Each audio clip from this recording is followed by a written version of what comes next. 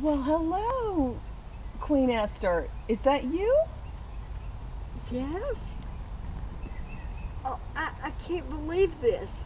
Are you, Adele's daughter. I'm Adele's daughter. you look so much like her. It was almost like I was seeing Adele all over again. Please have a seat. Thank you. Wow, you look like Adele looked 40 years ago. When oh, your mother was so precious. Oh, she so took care of me when I was in the palace. I loved it. She was precious. And she loved serving you also. You were so good to my mother. Oh, that's And I appreciate that. yeah. You look absolutely stunning. Is this a special occasion?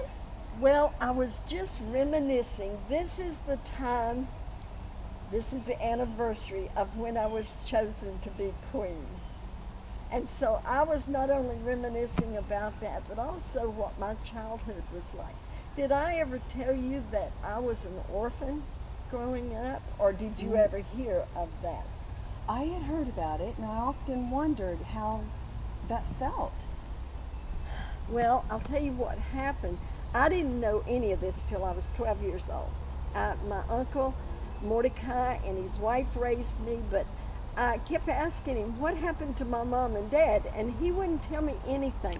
He'd tell me how beautiful she was and what long, beautiful hair she had. Said it looked like a fountain just flowing, and how kind and thoughtful my father was, and I used to wish that I could just take a comb and comb my mother's hair, or take my father's hand and go for a walk. But when I was 12, I kept saying, what was it? What happened? Why are they not here? And he finally told me, he said, my father was killed in an accident when my mother was pregnant with me, and she died in childbirth. That was very difficult for me. Oh, I can't even imagine Oh, how hard it would have been. It was, because I felt like I was to blame for my mother's death. And I wondered, why didn't I die? Why did she have to die giving birth to me? It was very difficult with that. But I used to do the most foolish thing when I was a little girl. I would dream of myself as one day becoming a queen. And I would have these pictures would just flash through my mind. It wasn't like I was trying to get these pictures to come up, but it was like there would be a picture of me, and there would be a king that would come and sweep me off, a prince that would come and sweep me off my feet. But then when the king, I'm sure you must have heard about the king when he took Vesti as his wife. Well, actually, I was watching that on the day of the coronation, and suddenly it was like I saw myself standing there next to him. I was so upset. I thought, that's envy. And I went to Mordecai and I said, Mordecai, I saw myself standing next to the king as though I were the queen. And Mordecai kind of rebuked me very gently, but he said, yeah, Esther, those kind of thoughts you need to put away. And so I tried, but I still had this dream that one day a prince is coming along and one day I will be his queen. But reality set in, and I figured that was no way that would ever happen. But then, did you hear about the banquet that the king gave? Yes, I did. Okay, what did you hear about it? Did you know how long it lasted? I think it had lasted 6 months. And he had invited all the princes and, The high officials, the yes. high officials, yes. And then I think in a few days he had invited the common people. Did he invite the common people? Well, or- it was the last week. The whole the last feast week. went on for 6 months, and then the last week he invited even the common people. But that was where the problem came in. Then he tells the queen to come and show her beauty. He told her to wear a beautiful crown, but he wanted her to wear just simple clothes. Of course, in the history records it said he told her to come naked. That really wasn't true. I couldn't imagine that. No, I found that out later after I was married to the king, because I thought when I first heard it, I thought a king would do that, and he'd want to disgrace his wife right in front of everybody, and I just thought he was a horrible king. But I thought I had heard that he was a drunkard. Oh, that too is where people just, you know how it is, how you get a little rumor started and how it spreads. But he did, when she would not come, he really did just banished her. And so then they started looking for others. I couldn't believe this. Do you know? He actually was looking for common girls, just ordinary girls, not well-known society type girls. Or that may defy him, I Right. would think. Maybe he thought that the common women wouldn't. Because I had heard also that when he had banished her, that their fear came upon a lot of the women, because they were afraid that if the king could banish the queen for such a simple act of disobedience, what may happen to them? Yes, So- you're right. But I never thought about the fact maybe that's why he chose the common girls instead of those that were high in society. But anyway, when they started, I would not have volunteered. As much as I wanted to be a queen, I would not have volunteered for such a king as that. But I was one of those that was chosen.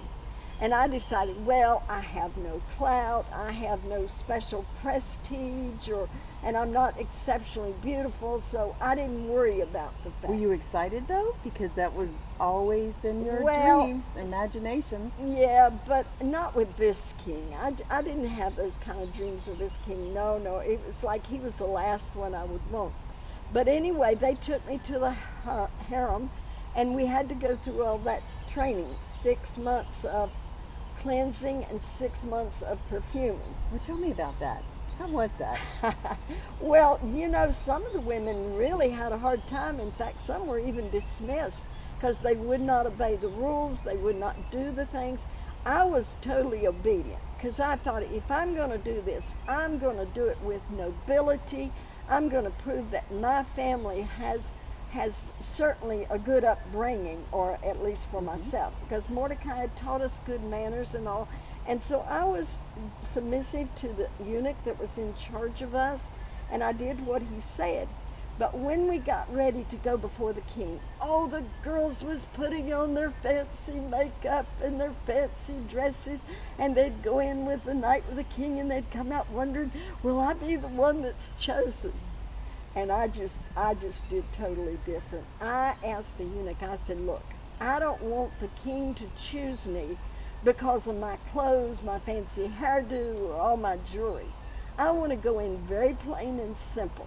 If he should choose me, I want it to be because of who I am, not what I look like. And the eunuch was in agreement with that, so he helped me pick out the best of clothes, but simple, plain. So you had favor with the eunuch. I did. He was very special. He was very nice, very nice. But when I went into the king, I was terrified. I'll be honest, this harsh king that dethroned the queen, and how harsh is he going to be with me? Oh, I forgot to tell you, that wrecked all my dreams because I was chosen. Because once you've gone into the king, you can never get married. You just become his property.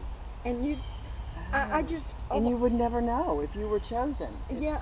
If you were not chosen, then you just spend the rest of your life with no hope for the future. Oh. So it was like dashing all my dreams. But anyway, I went into the king, and I'm expecting this harsh, demanding king. And instead, he was so kind and gentle. We must have talked probably 2 hours or so. Just getting acquainted. And then afterward, he told me I was free to leave. I was so shocked. I thought he'd certainly force me to go to bed, because that would be what his decision was based on. But it wasn't true.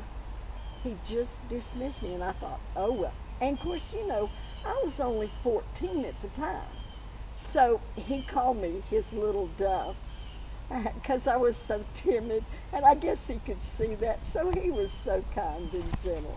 But I thought, well, that certainly eliminates any thought of me becoming queen. But the next day, he called me back in, and he said he had chosen me. I was amazed. I was amazed. I thought, maybe this king is not the harsh ruler that I had thought that he was. It was quite a time. It was quite a time. But you never knew when the king would call you in. And I enjoyed being the queen. I did get to go through all the rooms of the palace, and I had a certain amount of control over the handmaidens and things like that. But Tell me about, I had heard that there was Haman. Tell me about about Haman and how all of that happened. That's a long story. Most of it is recorded in the history books. You can read it, but I'll just give you a little short version of it. Haman hated the Jews. He hated all our people. Now, the king did not know I was Jewish. Mordecai told me, don't let the king know. But Mordecai would come and he would check on me every day.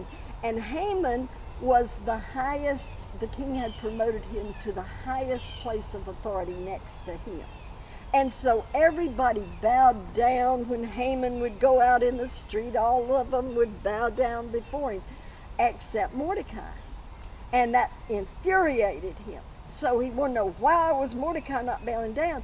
And then when he found it was against his religion, because he was a Jew, he was not supposed to bow to anybody or anything except God, that infuriated him even more. He wanted to annihilate not just Mordecai, but the whole people. So that was his plan. And I heard about this because they said that one of my maids, in fact, I believe it was your mother, that told me that the word had gotten out that Mordecai was outside dressed in sackcloth and ashes.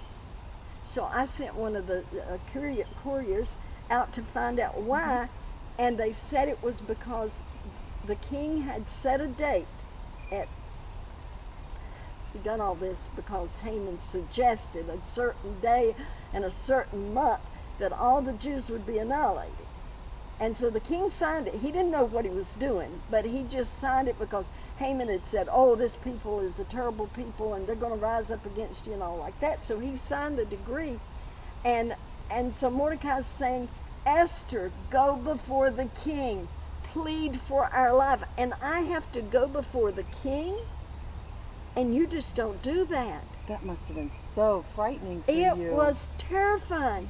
Because if I go before the king and he has not sent for me, then that means that they can just put me to death right then and there, unless the king holds out his sepulcher. But how do I have any assurance he'll hold out the sepulcher? I don't know. Just because I'm queen, that doesn't eliminate the possibility. What did you do to get through that? Well, I told Mordecai, I said, I will go. In fact, that was when he told me, he said, Esther, who knows, maybe this is why you were chosen to be queen. And he said, for such a time as this, when he said those words, I remembered as a little child. You know, I told you I had the visions of me being queen, and I remember hearing the words, for such a time as this. And I thought, maybe. But I told him, fast and pray. For 3 days, no food, no water even. And so I made that's how you got through it. Absolutely. The fasting and praying. And okay. I made all of my maids and all of us fasted and prayed. And then I went before the king. That was so funny. I just went before him, and I'm shaking on the inside, but I'm trying to act like I'm really bold. And he holds out the sepulcher to me. And then he said, Queen Esther, come in. And then he says, what do you want? Ask anything of me, and I'll give you up to half the kingdom. I'm like, I was speechless. I didn't know what to say. I said, could you just come for a banquet? I'm fixing a banquet, and could you invite Haman? And he said, certainly. So the next day they come to a banquet. Now I know he's going to ask me that same question again. What should I do? And he came, and Haman came, and I understood that Haman thought that I was giving him such honor. Oh, he was just so thrilled that he was so honored. He didn't know what was about to happen. But anyway, the next day I asked him to come back again for another banquet. I just couldn't tell him that night. I just couldn't, because it's like, oh, what am I going to do? But that night, the king couldn't sleep. So he pulled out the records of the history, and he found out that Mordecai had helped to save his life by unclosing a plot that was an assassination plot. And so he said, well, did we do anything to honor Mordecai? And the man said, no, we didn't. And so he sees Haman out in the court. So he calls Haman in, and he says, Haman, what should the king do to really honor somebody that he highly favors? So Haman's thinking he's talking about him. And he said, oh, let him wear the king's robes, let him be paraded through the streets, and let everybody bow down to him. The king said, that's a good idea. Go do that for Mordecai. I bet he was so humiliated. Oh, yes. And he was really, they said that his wife said, you know, if you started to fall, you're going to fall big time. So the next night, though, he came. And when the king asked me again, he said, Esther, what is your desire? Up to half the kingdom. And I said, just spare my life, king. Just spare my life. And the king said, what do you mean? I said, there's a plot out to try to kill me as well as my people. If it was just we were to be bond servants, I wouldn't even bother the king. But they want to destroy us and annihilate us completely. And the king said, who would do such a thing as that? And I said, Haman. You should have seen Haman's face. He turned as white as a sheet. The king was so angry, he rushed out into the garden. He was just so furious. And so Haman starts pleading for me to spare his life. And the king walks back in. He said, oh, will he even force the queen? And that was it for him. They put a thing over his head, and one of the men said, he's built a gallows because he wanted to hang your friend Mordecai on the gallows. The king said, hang him on the gallows. And so that's what they did. And so after that, the king said, whatever you want, Mordecai. He exalted Mordecai. He gave us all the property, everything that Haman had. And he said, it can be yours, Queen Esther. Do whatever you desire to do. So we made this edit to say that the Jews could fight for their own lives. And so they did. And not a one of our people was destroyed. And many of them became Jewish. Now, is this what Purim is about? Yes, the holiday? That's why we were told every year afterward to celebrate Purim. God is awesome. How beautiful. But now listen, there's something else that I've just got to talk to somebody about. If you would come for dinner this evening, I want to share, because I told you I had that vision of me becoming the queen. I've also had some other visions, and I've just got to share them with somebody. I don't know whether I'm seeing into the future or what, but if you would come after the meal, or in fact, I'll tell you, come for the dinner. I'll have them fix a nice dinner for us, and then we can talk afterward if that's I okay. would love to, and I'd be honored. All right, good. Okay, I'll see you this evening.